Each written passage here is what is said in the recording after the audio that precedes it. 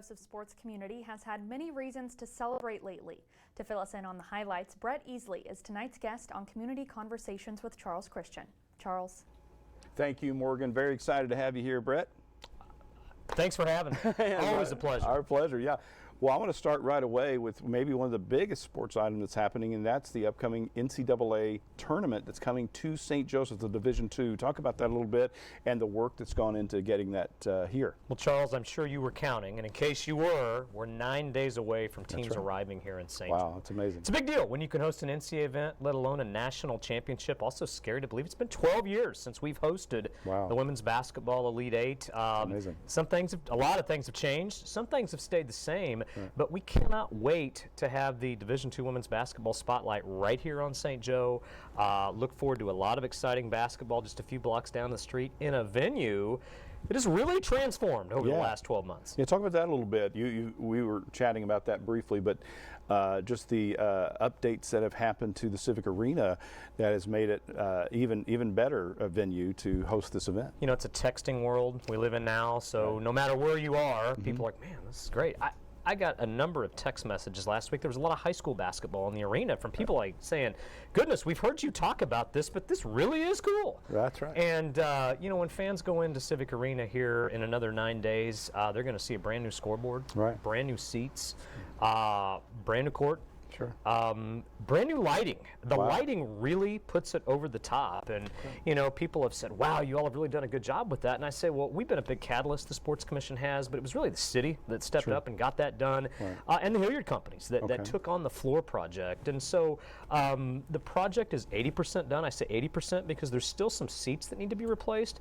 But if you haven't been in Civic Arena in a while, I think you're going to say wow when you walk in. That's great to hear. And now talk about and you're also, of course, with the St. Joseph Visitor Bureau. Talk about the way those two things come together and what benefit this could bring just financially for the community. Tell you what, people like to talk about economic impact of events like this. These are 2011 numbers, so this was 12 years ago now. My math is correct.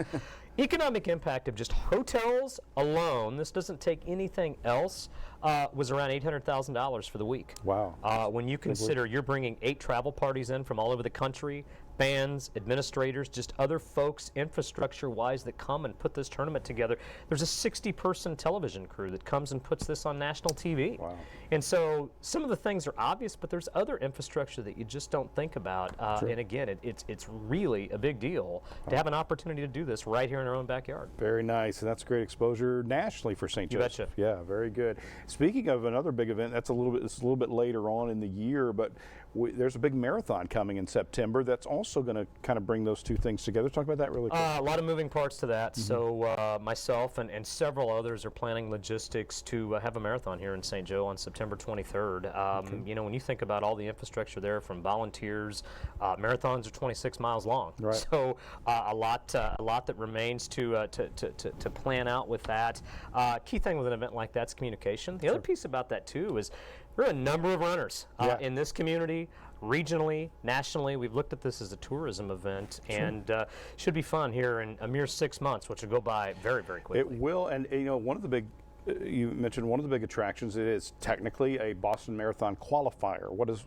Tell us why that's important. So really, what that means is it means that, you know what a marathon is, 26.2 miles. That's what that means. But again, think about elite runners. They're trying to get to run to Boston. That's a goal that they have. There's a number of major marathons, but if you don't know anything about running, people know the Boston Marathon. That's right. And so it's significant when your event can be advertised as that. We'll when we get our courses, the I's dotted, the T's crossed. We will have someone come in from United States Track and Field. That's who certifies that. Do that this spring, and certify that course is the right length. That's amazing. Well, that's going to be great for the town. Shifting gears just a little bit, talking about the Sports Commission. Finally, another big event, kind of in the middle of those two things, is the Hall of Fame, St. Joseph the Missouri Sports Hall of Fame, I should say. That's right here. Talk about where you are in that process and when we can expect the next class to be announced. Hard to believe we're talking about our 3rd annual class. It seems like only yesterday that we had our inaugural class, but mark your calendars. Our 3rd annual induction will be on Sunday, August 27th. Great.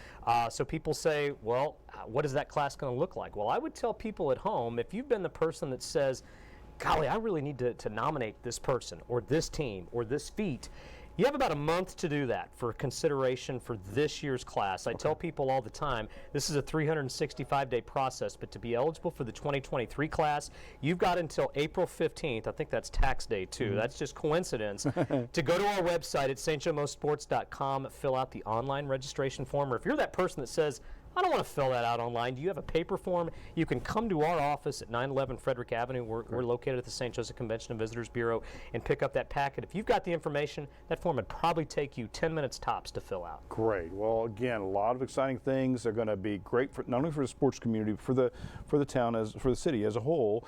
Not to mention, and things we don't have time for, but a couple of our local sports teams might end up with state championships pretty soon here in the high school ranks. Hey, 3 of our 5 city high schools have an opportunity to go to the Final Four and win it. We wish them all the best of luck. We do. And Brett Esely, thank you so much for joining us here for Community Conversations. Always a pleasure. Thank you for tuning in as well. We'll have more news after the break.